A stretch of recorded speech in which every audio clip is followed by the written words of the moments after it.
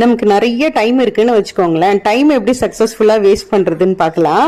So இன்னைக்கு கொஞ்சம் கிரியேட்டிவா juice போடுறேன் அப்படின்ற பேர்ல ஹேண்ட் பிளெண்டர் வச்சு இந்த வாட்டர்மெலன் ஜூஸ் ட்ரை பண்ணலாமே அப்படின்னு சொல்லிட்டு பிளெண்டர் எடுத்து அப்படியே அதை ஸ்டார்ட் பண்ணி விட்டாச்சு. அது பாத்தீங்கன்னா எல்லா பக்கமும் தெறிக்க ஆரம்பிச்சிருச்சு. சரி இது வேலைக்கு ஆகாது அப்படின்னு சொல்லிட்டு கத்தி வச்சு ஃபுல்லா நல்லா இந்த மாதிரி குட்டி குட்டியா கீறி விட்டுட்டேன்.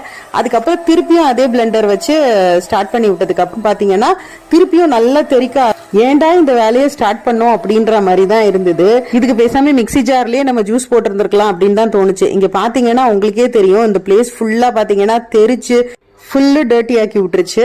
ஸோ நடுவில் இந்த மாதிரி தான் ஃபுல்லா கிளீன் பண்ணி அதுக்கப்புறமா திருப்பி வந்து ஜூஸ் போடுற வேலையை பார்த்துட்டு இருந்தேன். சரி அதுவாச்சும் ஒழுங்கா பிளெண்ட் ஆச்சுன்னா அதுவும் கிடையாது. ஸோ இதை பேட்சா பிளெண்ட் பண்ண வேண்டி இருந்தது.